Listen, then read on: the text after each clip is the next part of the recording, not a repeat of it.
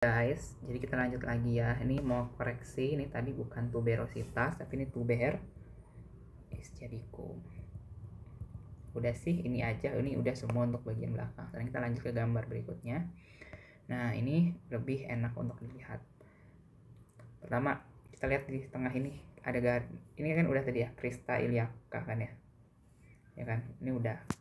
Nah, sekarang lihat nomor 1 nih, dia menunjuk apa sih? Dia sebenarnya menunjuk di sini adalah bahwa semua tulang ini disebut sebagai os ilium. Kemudian di sini fasies apa namanya? Ini adalah ala osis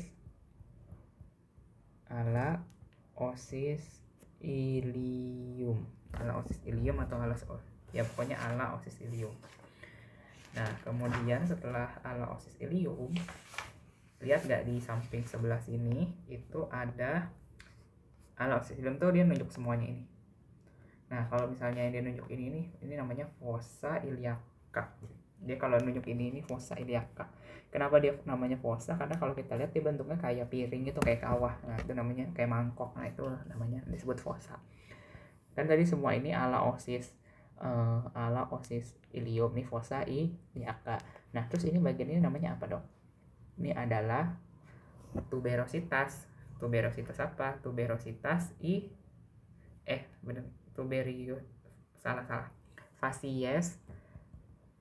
fasies sacropelvica. Nah, itu benar. Kenapa namanya sacropelvica? Karena nanti di sini itu akan nempel si sacrum ya kan. Di sini dia akan nempel sacrum. Jadi sacrum nanti akan nempel di sini. Nih, ini kan sacrum nanti gini gambarnya. Nah, ini semua disebut fasies sacropelvica ya kan. Penyambung antara sacrum dan pelvis, atau coxnya kan dua, kalau digabung namanya jadi pelvis. Nah, oke lanjut. Nah, fasies sacropelvica ini dibagi dua. Yang bagian ini disebutnya sebagai apa tadi namanya? Tadi apa sih gue sebutnya? Tuberositas iliaca kan. Nah, kalau yang ini karena dia akan menempel menjadi sendi, maka namanya jadi fasies auricularis. Pokoknya kalau dia akan menempel sama sendi, itu namanya berubah jadi fasies auricularis. Nah, fasies auricularis apa? Fasies auricularis os ilium, karena ini kan punyanya ilium. Nah, lanjut. Nah, sekarang ini apa? Nomor 3, 4. Ayo.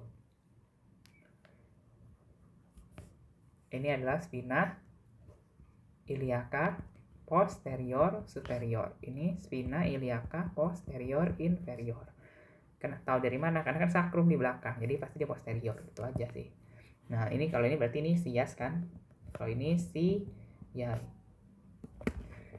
Oke, sudah. Itu sudah. Ini tadi apa? Incisura ischiadica mayor. Ini incisura ischiadica minor. Ini spina ischiadica. Oke, ini udah. Nah, bagian yang paling penting depan ini. Nih, lihat nggak sih nih? Ini ada garis. Ini namanya linea arcuata. Oke. Dia itu linea arcuata itu kemudian apalagi ya? Linea arcuata ini dia akan berubah di sini, dia akan menjadi eminensia, bukan eminensia. Apa namanya ya, lupa. Dia akan berubah di sini menjadi, sebentar, namanya itu adalah pecten osis pubis, karena dia ini kan linea nih, linea. Nah, ini kan udah jadi osis pubis nih di sini. Nah, di sini jadi namanya pecten osis pubis. Nah, bagian yang menonjol di sini itu namanya eminensia pubicum. Eminensia iliopubicum. Karena dia menyambungkan ilium dan pubicum, jadi eminensia ilium dan pubicum. Sebenarnya eminensia itu apa sih? Itu adalah tonjolan, kayak menonjol gitu, kayak naik gitu, kayak membukit. Nah, kemudian selanjutnya ini tadi foramen obturatorium nomor 8, nomor 9 ini apa? Fasies symphyficialis. Tulisan gimana ya? Fasies symphyficialis pokoknya. Oh, tulisannya gini. Symphyficialis. Nah, ini fasies symphyficialis. Kenapa? Karena dia akan menempelnya simfisis pubis. Nanti kan dia akan dua itu, pertemuan antara coxa yang depan. Ya, ini yang membuat orang beranak itu. Jadi kalau beranak nanti dia melonggar gitu, bukan merenggang. Nah, oke lanjut. Ini udah juga. Ini apa? Bagian yang paling menonjol ini. Tadi tuber is Jericho. Iya benar, tuber is Jericho. Oke, udah semua kayaknya yang depan sini. Ya kan ya, udah semua, nggak ada yang ketinggalan. Oh ada. Lihat di sini, ini ada apa sih? Kayak kalau misalnya ini kan nggak kelihatan kan, gelap, tapi ini kayak dia melekuk gini kan, terus kayak dia gini jadinya. Ini kayak ada kayak semacam area gitu bisa dilewatin. Nah itu namanya sulcus. Ini apa? Obturatorius. Karena ini foramen obturatorius. Nah di sini ada tonjolan, berarti ini tuberculum obturatorium. Selesai, gampang kan? Oke. Terus mana lagi ya? Oke, ini ada lagi di sini. Ini udah ada namanya tapi ya udahlah ya.